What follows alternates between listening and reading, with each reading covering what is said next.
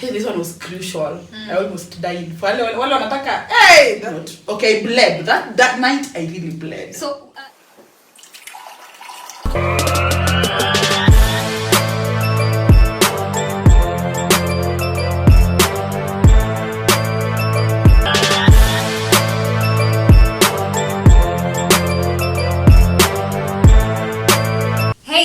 good morning, welcome back to Tea Time with MUDIS. I'm so happy to have you guys joining me, and we have another phenomenal woman joining us. But a chance introduce alafu tuendelee. Karibu sana. Thank you so much, Felicity. So yeah, nimeambiwa introduce. I'm Fridah. I'm a lawyer. Oh, I am that tribe from Kakamega, the prettiest county, and of course I'm humbled and honored to be here today. Thank you so much for coming. Thank you too. What is your favorite food? The above. Si ukula kila kitu. For real, you do not have any allergies? Allergy. Okay, I've never seen a lawyer child or adult mwenye akona allergy ya food. You sure? Allergies za waluya ni za insects. Tukayo. Naogopa tumende, nothing else. Tupanya. You are a mom. Yeah. Yeah, I am a mom. It's branded. It's branded on me. Everywhere. Yeah, nikificha atachomoka tu.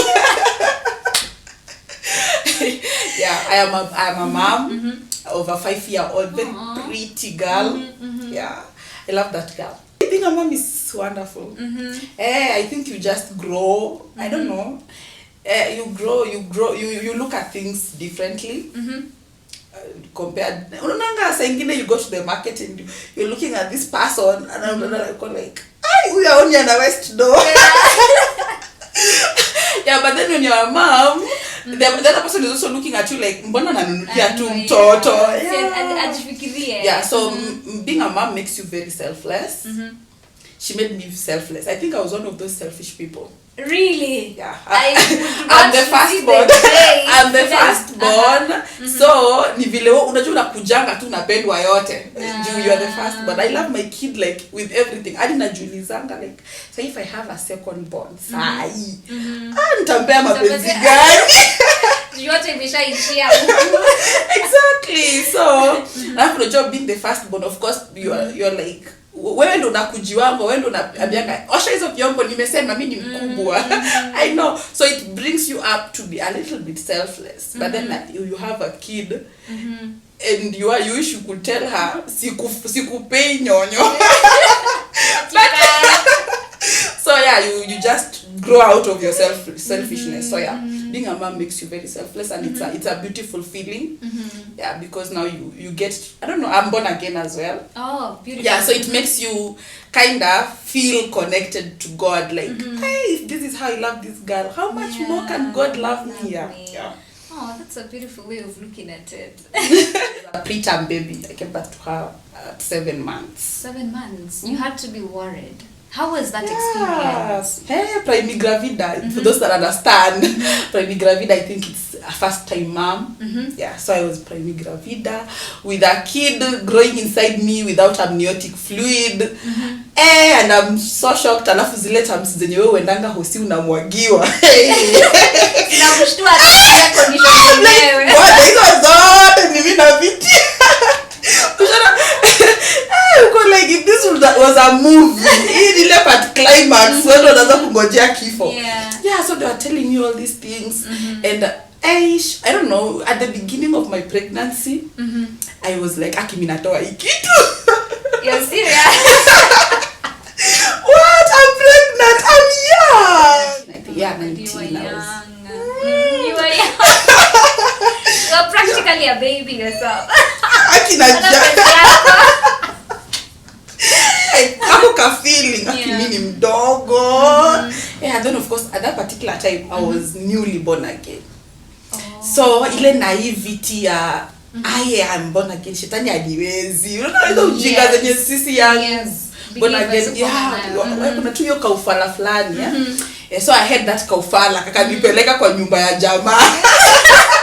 Ila story nayo lazima tuambie vizuri. Okay, let's backtrack kidogo. Nifikaje kwa nyumba ya jamaa? Acha tuanzie hapo. Na miguu. Unfortunately, it's not that those were some of those sad stories where you hear somebody was raped. Well, unfortunately, taken advantage of. Akimini dijipeleka. And then in your head, unajipeleka but you're imagining Shetani haniwezi. Shetani haniwezi, my friend. Na mimi youth leader. My goodness. Hey, wacha tu. Sasa hiyo. Unajua kwanza venye kwa kichwa yangu. I don't know whether it's a thing with people in a relationship. Like you get into a relationship and you're like, I'm going to get married to this guy. Oh, yeah. So kwa kichwa yangu I'm like, what am I doing now that I'm not going to do next year when we are married? Sindio? And then unfortunately I was new from high school and he was in 4th year med school. So ni mtu akona experience. Nawenda huo wewe. So unajua kijimaji akiwoye venye kuna tu tule to self issues. You but you have to apply makeup, you can't even do lipstick, and then you're imagining this a med school student. Of course he is in campus with very pretty ladies. Beauty and brains kwanza. So akimi kama Indian yanataka mimi nitampe tu. Asikaniache. Then there. So it was one of the do what he's asking me to do so that nisiachwe, and then of course kwa kichwa yangu me I'm so married. This is the one. God has answered my prayer. I'm like, ina Mungu wewe unajibu haraka aje. God, you've answered so fast. And then of course there I am, mimi nimejibeba na tugu nimejipeleka kwa boyfriend. One thing leads to another. Poof, Shetani naye ni nani? So unfortunately, here we are 5 years later. The rest is history. This is honestly so funny, and I think that happens to a lot of Christians. So what tuna imagine, there's some things I can't do. God atanishikilia, wacha tu niende kwani iko nini? Uko na protection. Na jimagine ile story ya Jeremiah, I will be a wall of protection. My friend, protect yourself. So did you get to share with the baby daddy about the whole pregnancy? Actually, unfortunately, by the time I was getting pregnant, I was actually now knowing this guy. I think, I don't know. Kwanza, hii relationship ilikuwa imekuwa how long? Around 7 months. Around 7 months. Hiyo ndio unaweza jiona kwa down the aisle. Imekuwa stable.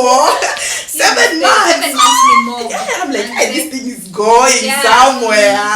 And I'm like, I have like 3 months before I go to campus. Hey, I gotta shoot this shot. So I don't know. Kuna tu venye. So I don't know. The sex has a way of either making you grow closer to someone or actually opening your eyes. I don't know whether it's just me, but after that encounter, I was like, this guy knows I'm a youth leader. He knows I'm born again. Was he also born again? It remains to be debated on. Oh, he said he was, but you're not sure if he was. And then of course unajua bado niko naive, so there's this whole idea of don't be unequally yoked. Hizo story mi aziniingilili. God anafaa kuelewa ni mapenzi. Plus si Mungu aliniokoa. Let him do the same to this guy. So I don't know, but so after the whole encounter, I don't know, I just started noticing to some characters here and there, and I'm like, is this the same guy? Kuna venye. So of course I started seeking advice from some of my spiritual friends. Nikawambia, so this happened. My friend, ile tunda Mungu alikataa nimekula. I have eaten that fruit and now I am so naked. I am so naked. na sijui hata matawi natoa wapi ya kujifunika. Unajua that particular time hata sijui niko na ball. So my friends are like, Aki, why Frida? If this thing has started so wrong, you better end it. Na namwambia Aki, woi. Hey, but venye napenda huyu jamaa ananiambia Aki, Frida, we just stop. Don't do it. So this guy, I don't know whether it was sijui, I don't know, maybe it's just his character. It was just his character. I can't judge him for who he is now. People change. But I don't know, nilishtukania nimeblokiwa. But at that particular time bado hakuwa amejua eti niko na ball, but alikuwa ameniblock. So after the sex, ukakula block. Nilikula block. So his excuse was eti a guy called me nikiwa na yeye. Unajua, yes. A guy called me nikiwa na yeye.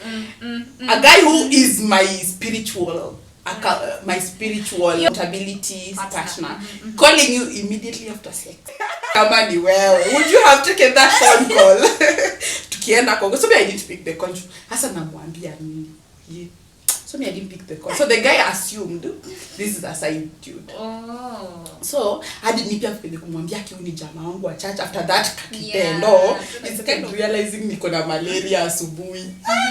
So I'm telling my dad. I used to say my dad at that particular time. So my dad is like, na umekuwa kwa mgonjwa, hebu enda hospitali. Aki on my way to Aga Khan kwa barabara saa 6. I asked myself, mbona hiyo ugonjwa imeisha?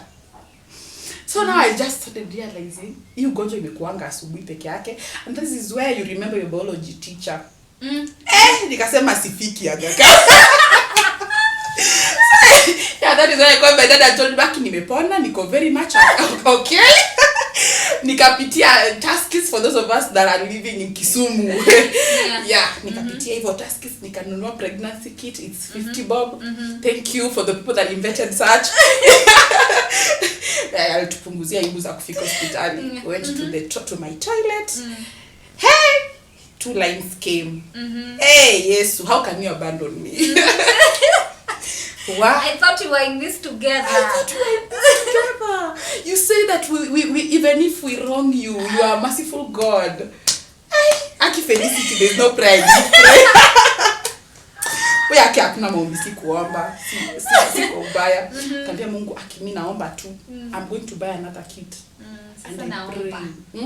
Toa tu kitu. Let's start afresh. It happens. Even couple. So I buy another kit. Mungu ni nani really tena? So this is where I start thinking. Na sasa ndo naanza kukumbuka your father is a lion. And you're a youth leader. Hey, nikaanza kutafuta boyfriend. Aki my friend, we are parents. Block, ametuweka kwa block ya Samsung. I don't know which block this is. Ukituma message inakwambia you have been blocked with extreme blocker. So your message come back to you. My goodness. Hey, na niko na stress Felicity. Hey, 19. I have 2 months to, was it 2 or 3? Around 3 months to report to campus. Hey, naambia Mungu Aki, mimi naanzia wapi? Where do I start from here? So me, I made up a story, went back home. Kwa mama yangu, my mom is looking at me. Hey, Frida, you've been puking. Hey, ni ulcers. Hey, my mom is like, hizi ulcers hapa zijawahi fika. Wewe nika unakufa wewe, mtende usi. So yeah, that happened. I called a friend, one of these worldly friends. She took me to marry stop. So I explained to the guys and told them, maybe I can't have this kid. 1, the father he has gone MIA. 2, my dad is a no-go zone. 3, I don't even know how to take care of a child. Yeah. So they agreed, they gave me the pill. I went home, had the pill. My friend actually paid the bill. I won't call. So mimi nikarudi kwa nyumba, took the pill. Hey, usiku labor. Hey, cried the whole night. Asubuhi mimi niko okay, the pain was so worth it. I'm no longer pregnant. Yeah, so sasa mimi nikarudi kwa Mungu, nikamwambia Mungu, I know I just killed a kid. But Mungu, you gotta understand. How do you expect me to live with this kid? Yes. Naanza aje. So that's why honestly sometimes when I think maybe when God elevates me to a place, I would love to talk to people who contemplate abortion because it's something that you can't put the blame on the person. When you're going through something like that, trust me, akili yako iko na options mbili. Na the other all these options ziko ethically right in according to you. Just that particular time mimi ningeraise aje mtoi. I know my dad. I know, and I've been blocked. So just listing yule mwenye hata anakuacha unapiganga unampata unajua hata you know how to take the kid instead in case of anything. Yeah. Ati umekula the expensive block. Your coming back to you. So my friend, so imagine after kitu 1 month, I realized I'm still not okay. I bled that night. I really bled. So through this whole experience, you haven't told anyone at home what's going on? Unaambia nani? I know only my friends, and in fact I used to tell it to my worldly friends. Juale wameokoka. Itakuwa ni moto. Kukataza toroka. Waki. So yeah, so that happened. There we were 1 month later, and I realized kuna venye I'm still puking. And yes, I bled, but it wasn't very extreme. So my mom noticed. Akaniambia, Frida, wewe uko mimba. That was at how many months? 2 months now. So nikamwambia mamangu, wewe acha jokes. Mimi napata mimba aje? I'm a church girl. So my mom, I so did. And my mom is like, Frida, kama uko na mimba hiyo aibu utabeba peke yako. How I brag about you. How I brag about you with my friends. Alafu na beba mimba. Au bebe hapa. So yeah, my mom actually forced me to go for a test. Nika test akaona vizuri. Nikamwambia siku akatest akaona Frida uko na mimba. Frida unataka kuniua wewe. My friend. Na mamangu akaniambia, so this is it I am not ready to be divorced because of you. Hiyo mimba unatoa, my friend. So nikamwambia mom, hey mom. So I came clean. Nikamwambia mom, hii mimba mimi nishajaribu. Hiki kitoto ni kichwa ngumu. So my mom took me somewhere. I hope my mom never watches this. Yeah. And so I tried it another time. You tried, now this is your second attempt. At abortion. Yeah. Karudi kwa nyumba. Hey, this one was crucial. I almost died. Wale wanataka, hey, that thing was hard on me. Nirudi kwa nyumba nikaambia Mungu, I never want to go through that again. And ushajiambia hata sex I don't want to have it anymore. Achikae kama hivi. Yeah, so another month goes by. Do they tell you when you go for that thing, they tell you to give it 6 weeks. So another 6 weeks go by. Now I have like 3 weeks to school. Our schools was extend your time for like 2 weeks. So I had like around 5 weeks to go back to school, to actually enroll to school. Na kakitambi kanakuja. So I'm like, hey mom, kwani tunatoa aje hizi mimba? So my dad noticed. At that particular time my dad has noticed. Na babangu, my dad actually came akanipea 8,000 bob. Kananiambia, this 8,000 bob, you choose what you do with it. You can start your life with it. Uende uanze maisha na hiyo 8,000 na utusahau. Ama uende ubadilishe hiyo maisha. So again. My goodness. So mimi nikamwambia mom, I'm going to take this 8,000 bob and I'm actually going to finish a life today. Yenye ni yangu na ya huyu mtoto. Juu I've tried it twice. If you are not kama wewe una akili enough to realize this thing isn't going to go out. Hii ni kama mnataka tu nikufe. Let me just and the second one was very traumatic. So nikamwambia mamangu, I'm just going, but you people know, I think we are going to end 2 lives today. Na mimi sijui, unajua I'm one of those kids when you alireziwa tu ni mami, as you just know your immediate cycle. You don't know anyone else. So me I don't even know where to start from. So mimi nikaamua kuenda. By the way I went, this one was worse, way worse. I think I blacked out the whole day. Niliamka usiku. So you're blacking out while at home ama uko hosi? Uko hosi. Mimi naamka najipata bado niko hosi, niko like okay, we are still here. So after that I just went back home. I told my dad, I'm not going anywhere, whether I'm still pregnant or not. But I did well in high school. I'm not bragging. It's okay to brag. Yeah, so I told my dad, with my grade, I deserve to go to campus. And I didn't get that grade while pregnant. So you're going to take me to campus. I'll handle the rest when you peleke campus. If you think it's too hard, kuna authorities. nitaenda huko. So me I decided to you threatened your father. I know.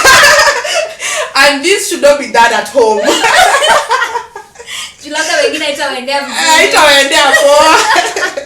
Yeah, so yeah, my dad akasukuma mkono. I went to campus. Aki embarrassment. Uko na mimba. Akina na kitabu kamefura. Alafu mama amekupea tule tunguo wake. Eti tumia hii. Why embarrassment? Kivinye mtoto. Mandera. Mandera ni better. I don't know where she got those clothes. Mom, wherever you are, please never buy such things for anyone again. Kaya nibaya tumbo tungine tubaya. Hey. So yeah, mimi niko campus na mimba. Alafu first year sijui kuna venye wanakuanga na excitement ya kuweka classes za juu. So mimi napanda stairs. So I think with all those things, my baby lost her water at 5 months. So mimi sijui hata hiyo ni maji imepasuka niko like nimesusu. So I'm just carrying a baby with no water for like until she was 6 months 2 weeks. Nikaenda hospitali because I was feeling cramped up. I couldn't tired all the time. Wakaniambia your kid has no water. She's ameingiza mguu kwa cervix, she can't move well. So tunaterminate. I nilipelekana bio. Kambia the doctors, wait, I can't do that anymore. I've tried it thrice, and I don't know about you, but I believe in God and I believe in miracles. And I know for a fact that this child carries a purpose. Because if it's termination that could have done it for this child, ingeshaenda. But it has not happened because this kid carries a purpose. If I'm not going to live to see that purpose, I want to be contented with the fact that I lived to bring it, to bring that purpose into being. So I'm not going to terminate. I walked out of Russia. Nikarudi shule. My mom sympathized. Akanipeleka kwa mkunga. So I stayed kwa mkunga for like 3 weeks.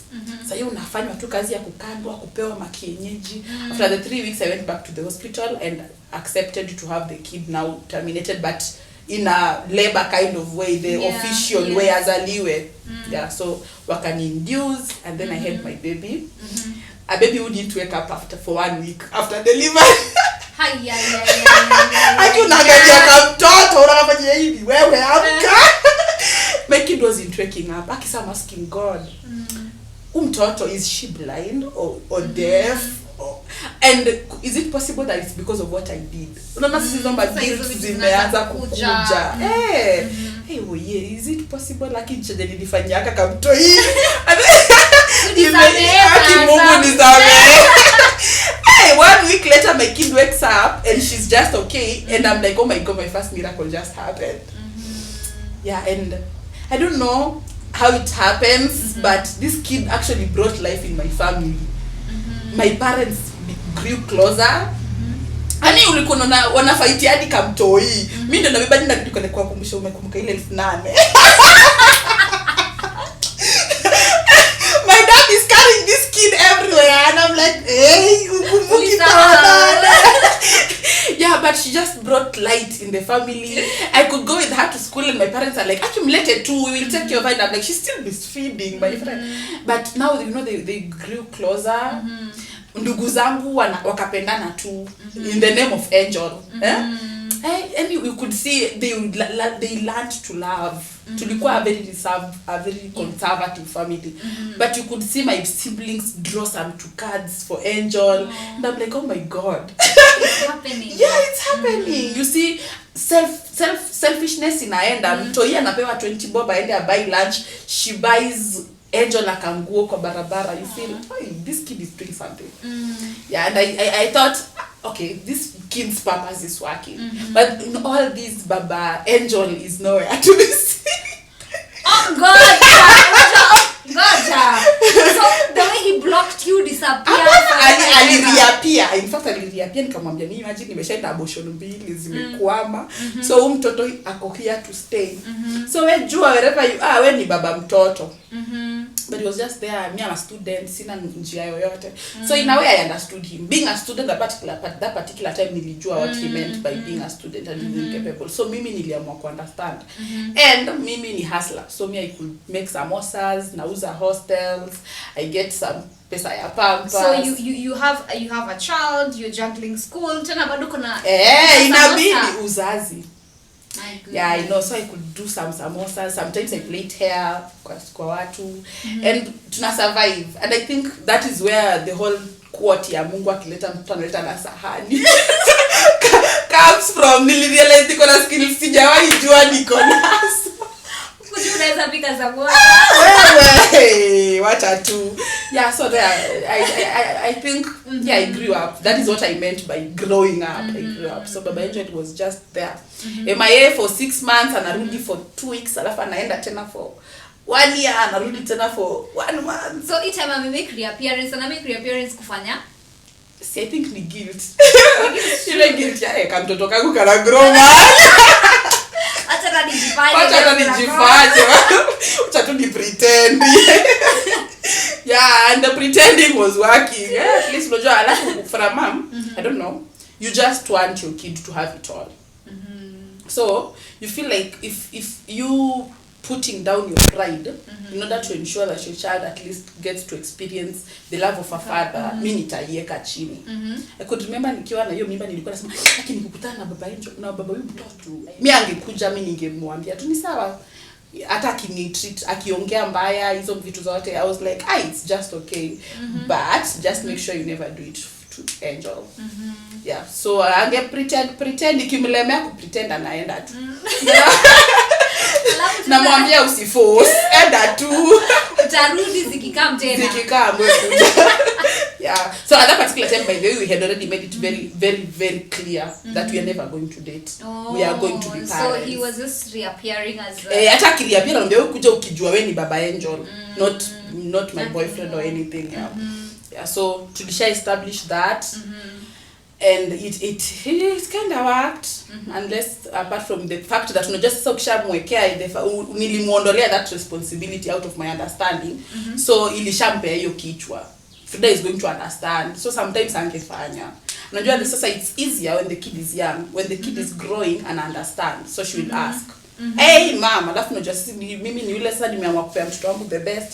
Nimeenda kwa family estates in campus, ndio nisikae na students wanafanya ujinga mtoto wangu akiona. And my daughter is like, hey mami, nimeona Jiana kona daddy. Na so and so. Namwambia my friends, wewe uko na babu. Jiana ushaiona babu. Be contented. Yeah, but of course she will just ask. Yeah, so I could sometimes beg him akiwe piga tu simu. Ngalawa jua kona. Anakuambia niko busy, anakupigia tu. Alikuwa tu arrogant and everything, but I think God has a way of changing people, so God appeared to him. Akamwa, acha tu yake nitafuta mtoto. So last year he appeared permanently. And that was last year around October. He asked that he be given a chance to be involved in the kid's life. Mimi ni nani? God has given me a second chance at life. I have no right to deny that of any man. Yeah, so I gave it to him. So yeah, they're trying to create a relationship. It's good now with them. I am happy for that. Manze. Yeah, but my egg is still reeling over whatever it is that you're telling me about. Now, then comes in my question. You mentioned you were a youth leader, all over the church, and then here you are pregnant. But kufanya uli step down ama ikuliendaje? Church yenu kuna youth leader kona mimba. Is that no Frida? Is that stomach her own? Yeah, so of course, hata siku ngoja nistepishwe, akibidi ya humble yourself and God will exalt you. Mimi nilijichomoa tu. Nikasema mimi nimeamua kuacha. So yeah, I stopped. In fact, I was forced to. My pregnancy wasn't very easy. My dad locked me up. So I wasn't allowed to leave the compound. Your dad locked you up? Unatoka ndio umwaibishe. I don't know what this thing is was sad when it was happening. Yeah, I used to cry all the time. But I had a sister that was like a mom at that particular time. Okay, I remember sometimes babangu angeninyima food. Anasema, if you eat food in my house, you have to pay for it. Jumi, I'm not going to feed a child that's not mine. Hadi namwambia si mimi ni wako. Mimi nilipea mama yako mimba nikaenda akakuja akaletwa hapa. So si pia umeshika mimba, tafuta enda kwao huko wakulishe. So I could stay in a room for 2 days hakuna food. My late sister could just anakula anaweka kaugali chini anakula anaweka tuomena. Then anakuja kwa window shika hivi. It used to be so sad. Sometimes even unaile ugali wewe ufinya hivi. Akindia bebeba hivi na tumboga huko. Akaenda kupitishia na window. God bless of course she's dead now. May she continue resting in peace, but that girl was a blessing in my life. But yeah, so I wasn't even allowed that privilege to move outside the compound. Not even outside the room I was in. Visit. I'm not sure go as who again who should have. So my dad doesn't want anybody to know I'm pregnant. So it's either I just leave or I keep hidden. Yeah, so you keep hidden ensure saa ingine anasikia amechoka na mimi anakuambia si uende. He could even pack my bags anakuwekea hapo nje. Just get out. Nikikupata kwa hii compound. Hadi namwangalia wewe. Ama nazima maji, anakata maji anakuambia uende mtoni. Hiyo pipa. Unajua vizuri, unajua obviously ukiona pipa kubwa hivyo, unajiuliza mimi naenda, but mimi naye ni nani yake ningeenda mtoni. Ni chote nijaze hiyo pipa. My siblings could help. I think I just have very loving siblings. Wananisaidia. So akikuja napata pipa imejaa inamkasirisha. Don't eat in my house. Kuna shida. My siblings could get out wanaenda wanachuna ushagoni mzuri, wanakuchunia mapera, wanakuchunia avocado, wanajaza gunia, wanakuletea. So for a store. I don't eat in my house, it doesn't know. Umeficha hivi anda beda sizipate, unatoa tu avocado moja na chumvi. But it is well. I thank God for that experience. But it toughened me up kabisa. My goodness. Any last words or someone who may be going through that experience, and especially how the church usually handles it? So just kakitu tu naweza ambia msee. It's a mistake like any other mistake. It's actually a sin like kudanganya na hizo ndogo zenye tuna discredit 100%. And like any other sin, it has a consequence. The day when you read your Bible, God, there's grace. There's grace, and so you are forgiven by God. No matter the only difference is uko na permanent mark. Evidence, I know. Yeah, but what I need to tell anyone that maybe is pregnant or is a single mother is that at the end of the day, the Bible is very clear that God is a father to the fatherless. That kid has made you as in amekupea. When you get mistreated because of such a situation, that kid has made your case known to God. Huyo mwanaume anatorokanga hivi and God says, hey, there goes a child that needs me. So God is on your case. He was in the case of Hagar when Abraham chased her from the house. Unaona? He was there, he went with her hadi akaname mtoto. So it happens even for a single mother. Don't discredit yourself or lower your self-esteem. Just know that because of that small mistake or that child, God has already made himself known to your situation, and he's going to be there. He has been there for me. He has made me grow in ways I don't understand. And what is important is you find somebody that really encourages you to do the right thing. I know that some of my friends might have encouraged me to do the abortion, and I cannot put that on them because like any other Christian, you have to undergo some tests in order for you to grow in somewhere. Yeah. So that was my test, and whether I pass it or not, it has shaped who I am today. So allow whatever situation you're going through to shape you, and learn to forgive yourself. That's the only way you forgive the people around you. Beautiful. Yeah. So beautiful.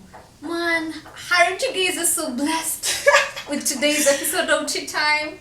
Kai, mi hata nilisahau niko na chai. Niko na situ. We will have to refresh. Yeah. Thank you so much for coming. This has been amazing. Thank you so much for watching. Of course, don't forget to like, subscribe, turn on the notification bell. And if you haven't followed KRC on Facebook, you should. Ebu ambie with Kingdom Restoration Church. here in Kisumu, aka Kingdom Restoration Embassy on Facebook, as a young minister in the church. So we have a youth segment where we talk about all these issues that Felicity talks about here, but of course with the Christian light in it. Yeah, to the youth out there. If you want to hear more of such stories about myself with God in it, you go like our page, Young Kingdom Restoration Youths on Facebook, and follow us to get videos as we continue following our cute sister here. Let's follow the other cute sister here. Yeah. Thank you so much for joining us. I hope you guys have had a lovely time. I love you. See you Saturday, same time, same place.